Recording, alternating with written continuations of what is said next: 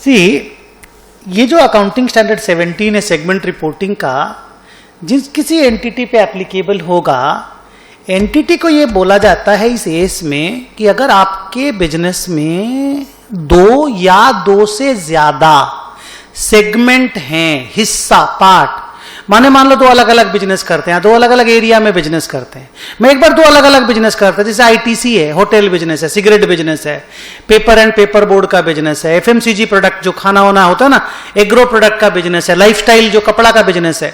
तो अगर आपके कंपनी में 2 या 2 से ज्यादा सेगमेंट हैं, कंपोनेंट्स हैं, हिस्सा हैं, जिसको आप डिपार्टमेंट्स भी बोलते हो, अगर हैं तो आपको अकाउंटिंग स्टैंडर्ड 17 के हिसाब से सेगमेंट रिपोर्टिंग करना पड़ेगा। अब आप बोलेंगे sir segment reporting means what? मान लो एक एंटिटी है, उसके 3 सेगमेंट है, ए बी सी, तीनों इक्वल साइज के हैं, एकदम 1/3 1/3 1/3 साइज के हैं। तो तीनों सेगमेंट का हमें 7 नंबर ऑफ इंफॉर्मेशन नोट्स में, जो एनुअल रिपोर्ट बनती है ना, जो फिनेंशियल स्टेटमेंट्स बनते हैं ना, उसमें जो नोट्स ऑन अकाउंट्स बनता है, उस नोट्स ऑन अकाउंट्स में एक नोट सेगमेंट रिपोर्टिंग का करना पड़ेगा। उसमें मेनली हमें 7 चीजें डिस्क्लोज करनी है। 1, रेवेन्यू। एबीसी 3 सेगमेंट है ना, तीनों का सेल बताइए, सेल भी ब्रेकअप करके, सेल टू आउटसाइड वर्ल्ड माने external customers, sale inter department वाला, और टोटल सेल।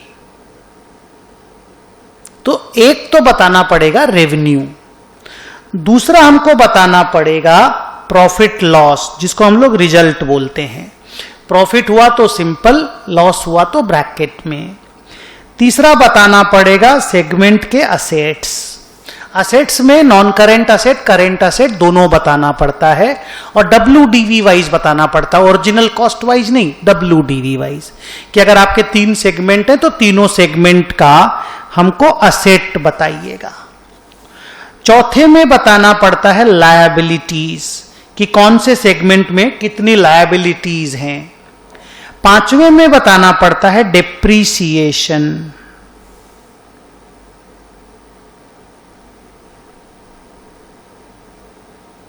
डेप्रीशिएशन। 6ठे में बताना पड़ता है any other non cash expense.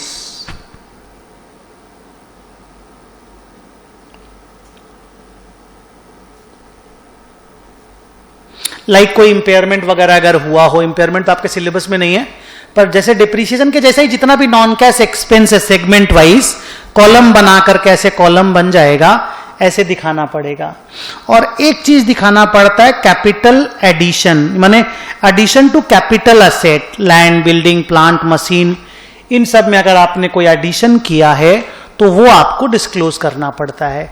तो बेसिकली एंटिटी की ये जरूरत है कि वो लोगों को फिनेंशियल स्टेटमेंट के नोट्स के रूप में सेगमेंट रिपोर्टिंग करके दिखाए कि अगर उसके 2 या 2 से ज्यादा सेगमेंट हैं तो एक इस तरह का रिपोर्ट बना करके देने की जरूरत अकाउंटिंग स्टैंडर्ड 17 में कंपनियों के लिए बोला गया है। ये इंफॉर्मेशन कंपनी के पीएल में तो सारा इंफॉर्मेशन बैलेंस शीट में मिलता ही है, लेकिन ये कंपनी में क्या पूरा एज ए होल टोटल मिलता है, ये ब्रेकअप करके मिलेगा, इस सेगमेंट का ये, इस सेगमेंट का वो, इस सेगमेंट का वो, तो उसे पता चलता है कि कोई सेगमेंट लॉस मेकिंग है, देखो कंपनी तो टोटल बहुत प्रॉफिट कमा रही है पर ये सेगमेंट में लॉस है, तो इस सेगमेंट में कुछ काम की जरूरत है। तो ये सेगमेंट रिपोर्टिंग अंदर से झांक कर देखने के लिए चीजों का बहुत ही अच्छा जरिया है। अब आइए थोड़ा आगे चलते हैं। A17 के हिसाब से अगर आपके पास सिर्फ एक ही सेगमेंट है तो आपको सेगमेंट रिपोर्टिंग A17 का करने की जरूरत नहीं है। अच्छा, अब आइए सेगमेंट किसको बोलते हैं? आंसर इज एक ऐसा कंपोनेंट ऑफ द बिजनेस जो दूसरे कंपोनेंट से रिस्क एंड रिटर्न की प्रोफाइल पे अलग हो। माने जैसे यहां पे 3 सेगमेंट है ना, तो A नाम का सेगमेंट B नाम के सेगमेंट से रिस्क एंड रिटर्न की प्रोफाइल में अलग है। ए में जो रिस्क के पैरामीटर्स हैं बी से अलग हैं, ए में जो रिटर्न का फंडामेंटल्स हैं बी से अलग है। अगर ऐसा है तो ए अलग सेगमेंट हो गया, बी अलग सेगमेंट हो गया। सेगमेंट दो तरह के होते हैं, एक होता है बिजनेस सेगमेंट और एक होता है जियोग्राफिकल सेगमेंट। बिजनेस सेगमेंट, एक सेगमेंट दूसरे सेगमेंट से प्रोडक्ट के नेचर के बेसिस पे अलग होता है। आप जो प्रोडक्ट और सर्विसेज पब्लिक को ऑफर करते हैं बीइंग ए कंपनी, उसके नेचर के बेसिस पे एक सेगमेंट दूसरे सेगमेंट से अलग होता है। जैसे आईटीसी का मैं अगर आपको बिजनेस सेगमेंट बताऊं तो चार मेरी जुबान पे तुरंत आता है, सिगरेट, होटल, पेपर, एग्रो, एक कपड़ा भी है लाइफस्टाइल वाला, विल्स लाइफस्टाइल वाला। तो ये चार सेगमेंट, यहां देखिए cigarette is a different product, hotel is different, paper is अलग, एग्रो प्रोडक्ट्स आर अलग। तो ये चार आईटीसी के बिजनेस सेगमेंट हो गए। बिजनेस सेगमेंट प्रोडक्ट की बेसिस पे एक दूसरे से अलग हुए हैं। और ज्योग्राफिकल सेगमेंट जैसे बोलते हैं ना कि एक एरिया का बिजनेस दूसरे एरिया के बिजनेस से रिस्क एंड रिटर्न की प्रोफाइल पे जब अलग होता है तो एक एक एरिया को ज्योग्राफिकल सेगमेंट बोलते हैं। जैसे प्रोडक्ट के बेसिस पे एक एक एरिया को, एक एक प्रोडक्ट को बिजनेस सेगमेंट बोलते हैं, वैसे एक एक ज्योग्राफिकल एरिया को ज्योग्राफिकल सेगमेंट बोलते हैं। आईटीसी के ज्योग्राफिकल सेगमेंट मैंने देखे हैं, एक इंडिया बिजनेस, एक आउटसाइड इंडिया बिजनेस। ज्यादातर कंपनियों में मैंने देखा है ज्योग्राफिकल सेगमेंट का ब्रेकअप इंडिया और आउटसाइड इंडिया ही रहता है। वैसे अगर सच्ची पूछो तो मान लो कोई कंपनी का खाली इंडिया में बिजनेस है, लेकिन north zone, east zone, south zone, west zone, central zone, पांचों का रिस्क एंड रिटर्न का प्रोफाइल अगर सिग्निफिकेंटली एक दूसरे से अलग है तो फिर वो कंपनी अपने पांचों जोनल बिजनेसेस को अलग अलग जियोग्राफिकल सेगमेंट बोलेगी। नाउ अगले पॉइंट में अगर चलें कि अगर कोई कंपनी के पास एक से ज्यादा बिजनेस सेगमेंट हैं एंड एक से ज्यादा ज्योग्राफिकल सेगमेंट नहीं है तो वो सिर्फ बिजनेस सेगमेंट का रिपोर्टिंग करेगी और यही सातों इंफॉर्मेशन अपने बिजनेस सेगमेंट के बारे में नोट्स ऑन अकाउंट्स में दिखा देगी। अगर किसी कंपनी का एक से ज्यादा ज्योग्राफिकल सेगमेंट है लेकिन बिजनेस सेगमेंट एक ही है तो फिर वो अपने ज्योग्राफिकल सेगमेंट का खाली सेगमेंट रिपोर्टिंग करेगी और अपने जितने भी ज्योग्राफिकल सेगमेंट हैं उनका ये सातों इंफॉर्मेशन रिपोर्ट कर देगी। But if a company has more than one business segments as well as more than one geographical segments, एक कंपनी का मान लो 4 बिजनेस सेगमेंट है और 3 ज्योग्राफिकल सेगमेंट हैं, तो क्या करना होगा? तो A17 बोलता है कि उस कंपनी को यह पता करना होगा कि उसके प्राइमरी सेगमेंट्स कौन से वाले हैं और सेकेंडरी कौन से वाले हैं। मतलब वो कंपनी अपने बिजनेस सेगमेंट को प्राइमरी बोलती है या ज्योग्राफिकल सेगमेंट को प्राइमरी बोलती है। अगर बिजनेस को प्राइमरी बोलेगा तो ज्योग्राफी ऑटोमेटिकली सेकेंडरी हो जाएगा, ज्योग्राफी को प्राइमरी बोलेंगे तो बिजनेस ऑटोमेटिकली सेकेंडरी हो जाएगा। लेकिन इसमें एक और ऑप्शन है, आप दोनों को भी प्राइमरी बोल सकते हो। आइए वो डिस्कस करते हैं। ये डिसाइड होता है कि कौन प्राइमरी कौन सेकेंडरी, कौन ज्यादा इंपॉर्टेंट कौन कम इंपॉर्टेंट है। ये डिसाइड होता है इस बेसिस पे कि आपका रिस्क एंड रिटर्न का डोमिनेंस, औकात, पावर, माने योर एंटिटी का total risk and return is affected more, ताकत affected more by differences in the business segments. If yes, then business segments are primary, geography is secondary.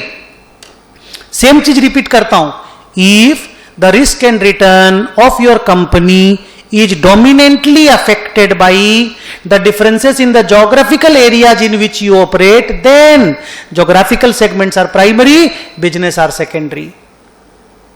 तीसरी बात same type से बोलता हूं, लेकिन अगर आपकी कंपनी का risk and return business segment से भी और ज्योग्राफिकल सेगमेंट के भी डिफरेंसेस से अफेक्टेड होता है इक्वली, तो उस केस में आप दोनों को ही प्राइमरी सेगमेंट मानते हुए मैट्रिक्स की तरह रॉ कॉलम में, इस तरह से रॉ और कॉलम में, जैसे रॉ में, जैसे कॉलम में प्रोडक्ट लिख दिए और रॉ में ज्योग्राफी लिख दिए, तो मैट्रिक्स प्रेजेंटेशन भी किया जा सकता है।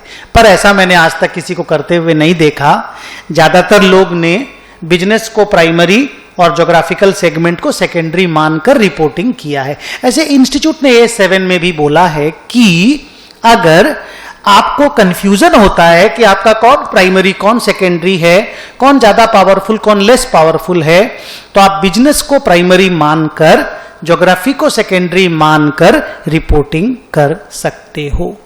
मैट्रिक्स प्रेजेंटेशन में जाने की सच पूछो तो जरूरत नहीं है, वो तो तब है जब आपको स्ट्रांगली लगे माई बोथ आर प्राइमरी, तो मैट्रिक्स प्रेजेंटेशन करना पड़ता है।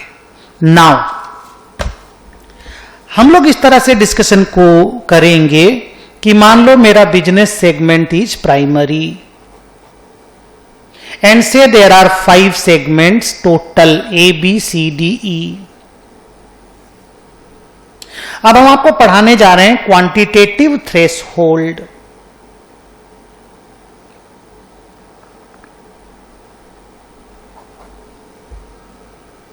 ये क्या है कि अगर आपके 5 सेगमेंट हैं तो ये जरूरी नहीं कि ऑल दी 5 आर रिपोर्टेबल। हो सकता है out of 5 only 4 are reportable, only 3 are reportable, only 2 are reportable. बड़े बड़े सेगमेंट खाली रिपोर्टेबल होते हैं जो क्वांटिटेटिव थ्रेशोल्ड को मीट करते हैं। ये कॉन्सेप्ट क्या है कि जो सेगमेंट का सेल, मैं इसके 6-7 क्राइटेरिया हैं, मैं पहले रेवेन्यू क्राइटेरिया आपको बता रहा हूं कि ये जितने भी सेगमेंट हैं इनका एक टेबल बना लो। टेबल में एक्सटर्नल सेल, आईडीटी वाला सेल और टोटल सेल का एक कॉलम बना लो। तो जो टोटल वाला फिगर है ना, उस पर फोकस करो। वो टोटल सेल जिस किसी सेगमेंट का 5 सेगमेंट के टोटल के ग्रैंड टोटल के 10% से इक्वल टू या मोर हो गया ना, तो वो सेगमेंट रिपोर्टेबल हो गया। मतलब वो सिस्टम क्या है कि ये 5 सेगमेंट है ना, सबका एक्सटर्नल सेल, सबका इंटरनल सेल और सबका टोटल सेल पता कर लो। ये जो टोटल का फिगर है ना, इन 5 का ग्रैंड टोटल पता कर लो।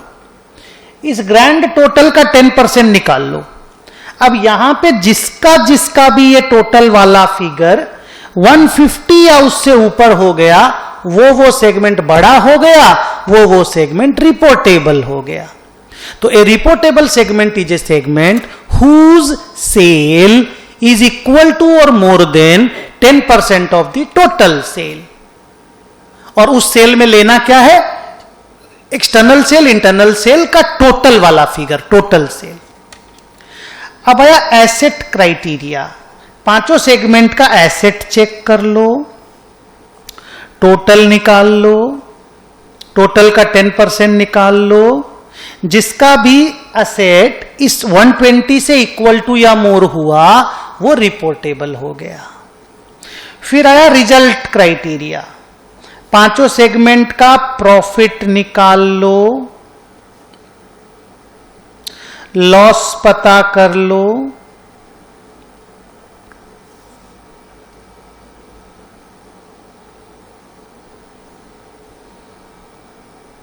मान लो 3 सेगमेंट प्रॉफिट में, 2 सेगमेंट लॉस में हैं। प्रॉफिट का ग्रैंड टोटल कर लो, लॉस का ग्रैंड टोटल कर लो। तरीका वही जो बोलूंगा वही फॉलो करना। प्रॉफिट और लॉस में हायर अमाउंट कौन सा है वो देखो, ब्रैकेट मत देखना, डोंट सी ब्रैकेट। अमाउंट में हाई कौन है? 4000 और 800 में, 4000 और -800 नहीं, 4000 और 800 में हाई कौन है? 4000 हाई है, 4000 का 10% निकाल लो, 400 आ गया। इस 400 का फिगर को कौन कौन क्रॉस या इक्वल टू कर रहा है? ये भी क्रॉस कर रहा है, ये भी क्रॉस कर रहा है, ये भी क्रॉस कर रहा है, ये भी क्रॉस कर रहा है। ब्रैकेट मत देखिएगा, अमाउंट में चेक होता है।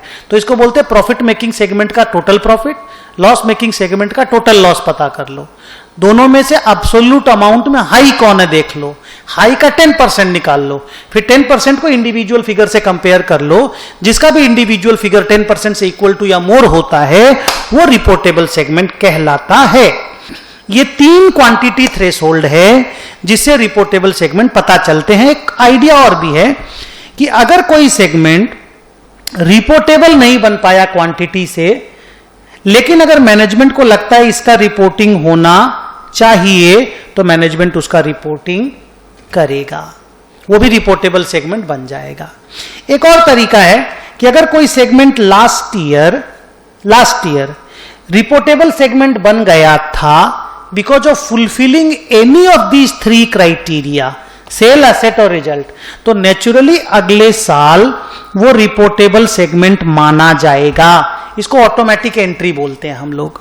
एंड लास्ट वन, जितने भी तुम्हारे रिपोर्टेबल सेगमेंट बने उन सब का टोटल एक्सटर्नल वाला सेल पूरी कंपनी के एक्सटर्नल वाले सेल का 75% होना चाहिए। अगर नहीं होता है, फॉर एग्जांपल मान लो आपके 5 सेगमेंट है, पांचों का टोटल सेल है 1200 करोड़ और आपका रिपोर्टेबल हुआ एबीसी, डी और ई नहीं हुआ। एबीसी का टोटल सेल है मान लीजिए 810 करोड़, बाकी जो 390 है वो डी और ई का है। तो आप 810 बाई 1200 करके देखो, अगर ये 75% हो गया तो ठीक, लेकिन अगर ये 75% नहीं हुआ, जो कि नहीं हुआ, 67.5% हुआ, तो A17 बोलता है कि आपको डी या ई में से अपने मन से कोई भी सेगमेंट ऐड करना होगा जिससे ये टोटल कम से कम 75% हो जाए। और ये चेक करने के लिए ये जो 75% वाला क्राइटेरिया, सिर्फ एक्सटर्नल सेल देखना पड़ता है, आईडीटी और टोटल वाला फिगर नहीं, एक्सटर्नल वाला फिगर देखना पड़ता है फॉर दिस 75% चेकिंग। लेकिन फॉर दिस 10% चेकिंग टोटल वाला देखना पड़ता है, एक्सटर्नल इंटरनल का जो टोटल है वो देखना पड़ता है। तो इस तरीके से हम लोगों को कौन सा सेगमेंट रिपोर्टेबल है उसका पता चल जाता है। अच्छा, ये काम हम अपनी प्राइमरी रिपोर्टिंग के लिए कर रहे हैं, जो बिजनेस सेगमेंट मेरा मान लो प्राइमरी है। तो एक बार जब रिपोर्टेबल सेगमेंट इस तरीके से पता चल जाता है कि अपना कौन कौन रिपोर्टेबल है, तो फिर हम लोग एक रिपोर्ट बनाते हैं जिसको प्राइमरी इंफॉर्मेशन रिपोर्ट बोलते हैं या सेगमेंट रिपोर्ट प्राइमरी बोलते हैं। उसमें लेफ्ट में यहां पे डिटेल लिखते हैं, वो सातों नाम लिखते हैं, sale, asset, result, asset, liability, depreciation, addition to capital asset, non cash expenditure, वो यहां लिखते हैं। यहां पे सेगमेंट के नाम हो जाते हैं जिनको हम रिपोर्ट करेंगे।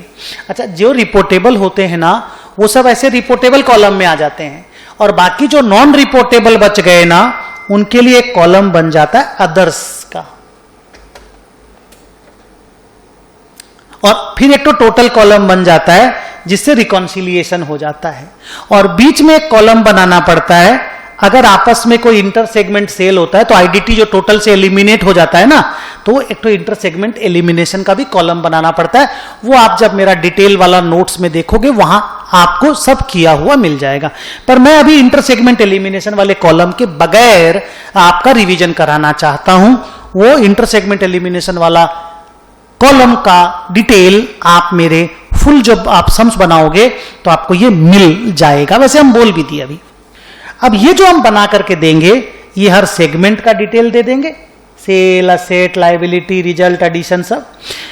जो बाकी सेगमेंट बच गए उसको यहां दे देंगे तो ऑटोमेटिकली ग्रैंड टोटल आ जाएगा। ये टोटल कंपनी की बैलेंस शीट से पीएल से मैच करेगा। और अगर कोई चीज वैसा मैच नहीं किया, जैसे मान लो हम लोग बोलते हैं कि interest is a corporate data, headquarter building is a corporate data, bank loan is a corporate loan, वो सेगमेंटल में नहीं आता। तो उसके लिए ना अलग से इंटर सेगमेंट का माने अलग से एक तो डिटेल रिकॉन्सिलिएशन बोलते हैं, हम लोग वो देना पड़ता है। मैं आपको दिखाता हूं, देखो कैसे देना पड़ता है। यहां पे देखिए, ये देखिए अलग अलग डिपार्टमेंट का प्रॉफिट। यहां देखिए inter segment elimination, A B C 3 reportable segment, ये इंटर सेगमेंट, ये टोटल। यहां देखिए खास करके, ये देखिए सेगमेंट रिजल्ट, अलग अलग सेगमेंट का प्रॉफिट, ये टोटल प्रॉफिट। लेकिन देखिए interest expense, head office expense. अब हेड ऑफिस एक्सपेंस और इंटरेस्ट एक्सपेंस को कंपनी का माना जाता है, और ये जो टोटल प्रॉफिट, फाइनल प्रॉफिट आया, प्रॉफिट बिफोर टैक्स, ये कंपनी के पीएल में दिखेगा। तो आप अगर 172 को दिखाएंगे तो कंपनी के पीएल में दिखेगा ही नहीं। तो ये जो पूरा पोर्शन है इसको बोलते हैं रिकॉन्सिलिएशन। यहां देखिए एसेट में देखिए, ये सेगमेंटल असेट्स 1 2, ये फिक्स्ड, ये करेंट, ये टोटल आ गया। लेकिन there is unallocated corporate asset like building, मान लो कुछ रिसर्च सेंटर, तो वो अलग से दिखाना पड़ता है, खाली टोटल कॉलम में आता है, रिकॉन्सिलिएशन बोलते हैं। गुड। अच्छा, एक बार जब हम प्राइमरी रिपोर्टिंग कर देते हैं और उसमें देखो कैसे सातों इंफॉर्मेशन दिखाए हैं, sale, domestic sale, export sale, inter segment sale, total sale, फिर रिजल्ट, फिर असेट, फिर लायबिलिटी, डेप्रीशिएशन, वो इस सब में नहीं है, एडिशन टू कैपिटल असेट, फिर तुम्हारा अदर नॉन कैश एक्सपेंडिचर, ऐसे करके सब आ जाएगा। जैसे मैं इसको बोलूंगा, अगर ये 1 हो गया, रिजल्ट हो गया 2, असेट हो गया 3, लायबिलिटी हो गया 4, 5 depreciation, 6 addition to capital asset, 7 non cash expenditure, तो ऐसे करके सेगमेंट रिपोर्ट बनती है। अच्छा, एक बार जब आप बिजनेस का प्राइमरी रिपोर्टिंग कर दिए तो फिर आपको ज्योग्राफी का सेकेंडरी रिपोर्टिंग करना पड़ता है। इसमें आपको सिर्फ 3 चीज बताना पड़ता है ज्योग्राफी वाइज, कि आपका सेल कितना है, आपका असेट कितना है, और आपका एडिशन कितना है, ज्योग्राफी वाइज।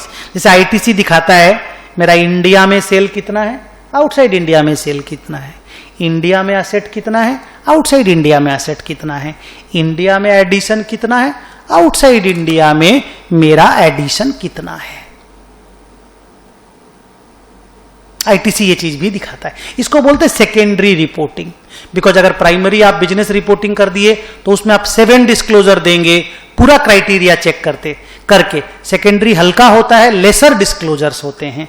ये देखिए सेकेंडरी डिस्क्लोजर इस क्वेश्चन का, ये प्राइमरी डिस्क्लोजर हो गया इतना बड़ा, सेकेंडरी डिस्क्लोजर इतना छोटा। हाँ, एक चीज आपको और बोलना है, वो फुल रिवीजन आप बाद में कर लेना, मैं तो रिवीजन करा रहा हूं खाली। ये जो ज्योग्राफिकल सेगमेंट होते हैं ना, कई कंपनियों में ज्योग्राफिकल सेगमेंट भी 2 तरह के होते हैं, segment based on location of customers and segment based on location of asset.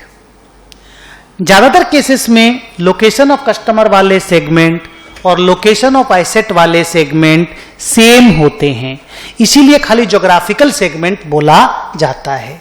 पर by chance 1 in 1 lakh cases, मैंने तो 1 केस भी नहीं देखा पूरी लाइफ में, बाई चांस अगर आपके कस्टमर्स के लोकेशन अलग हैं और एसेट के लोकेशन अलग हैं, तो फिर आपके 3 टोटल सेगमेंट हो गए, business segment, geographical segment based on location of customers and geographical segment based on location of asset, आपके 3 हो गए।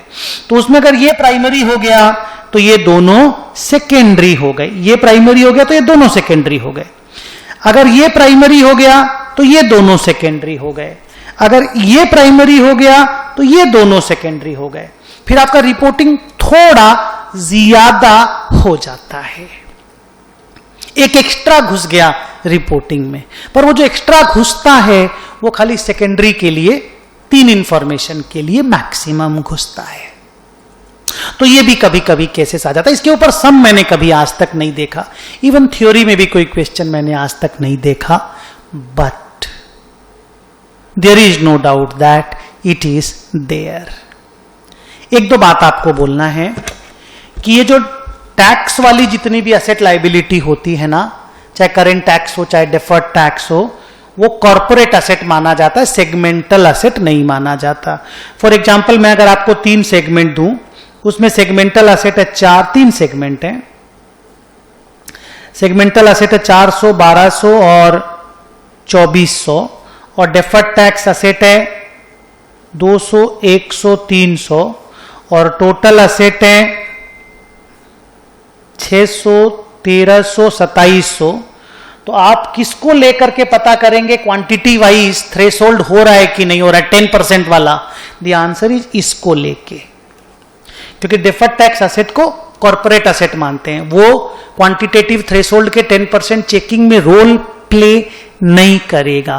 तो हम लोग इसका टोटल करेंगे 400, 1200, 2400 का, और फिर वहां से 10% चेक करेंगे, बिकॉज सेगमेंटल असेट का 10% निकाला जाता है, कॉर्पोरेट असेट का 10% नहीं निकाला जाता, उसको इग्नोर किया जाता है so far as quantitative threshold is considered. मैं आपको एक छोटा सा एग्जांपल दिखाता हूं, 2 एग्जांपल दिखाता हूं, फिर इसका कंप्लीट करेंगे। ये देखिए सेगमेंटल असेट, ये इसमें डिफर्ड टैक्स भी आ गया। ये देखिए डिफर्ड टैक्स हटा दिए, तो फाइनली ये आंसर आया। हम लोग इसका 10% निकाल के चेक करेंगे, जो विदाउट डिफर्ड टैक्स है, कि मेरा कौन रिपोर्टेबल है कौन रिपोर्टेबल नहीं है। इसका मतलब मेरा 1.35 सेगमेंटल असेट है, ये डिफर्ड टैक्स असेट है, तो टोटल 1.85 है। लेकिन हम सेगमेंटल असेट का 10% देखेंगे। एक एग्जांपल आपको और दिखाता हूं, जिसके बेस पर हम लोग परसेंटेज चेक कैसे करते हैं हम वो दिखा रहे हैं। ये देखो,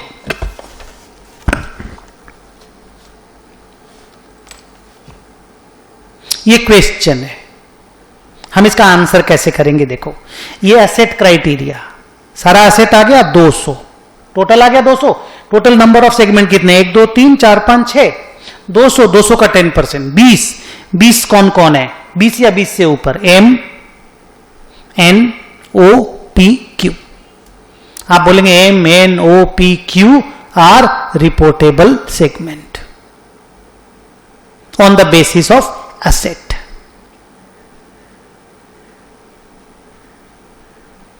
खाली आर रिपोर्टेबल नहीं है on the basis of asset, M N OPQ reportable है। रिजल्ट कैसे देखते हैं? देख, रिजल्ट वाला criteria 50 profit, 10 profit, 10 profit, 30 profit, add करो 5 1 6 1 7 3 10 100। अब लॉस 190 और 10 200। अमाउंट देखते हैं खाली 200 और 100, कौन हाई हुआ? 200। 200 का 10% 20। M reportable, N reportable, O नहीं, पी नहीं, क्यू नहीं, आर रिपोर्टेबल। खाली अमाउंट चेकिंग। सेल कैसे देखते हैं? टोटल 1200, 1200 का 10% 120। Reportable, reportable, no no no no, खाली एम और एन रिपोर्टेबल। तो कोई भी एक क्राइटेरिया पूरा करने से हुआ, कोई भी एक, जैसे सेल क्राइटेरिया खाली एम एन ने पूरा किया, रिजल्ट वाला क्राइटेरिया एम एन और आर ने पूरा किया, एसेट वाला criteria M N O P Q ने पूरा किया। तो आप देखिए सारे ने कोई ना कोई क्राइटेरिया पूरा कर लिया, तो आप बोलेंगे M N O P Q R all are my reportable segment. और ये प्राइमरी रिपोर्टिंग के लिए चेक होता है। So this is how we completed our revision of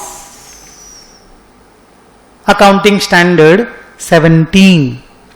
थोड़ा सा आप एक बार बुक का रीडिंग कर लीजिएगा, एंड दैट वे हम लोग, अच्छा हमेशा याद रखिएगा आप जब एएस पढ़े ना, तो ये जो मेरा बुक है, इस बुक में जो टेक्स्ट लिखा हुआ है उसका रीडिंग जरूर कीजिए, एग्जाम्पल जितने हैं उसका रीडिंग जरूर कीजिए, और फिर सम्स जो है उनका प्रैक्टिस करा लीजिए।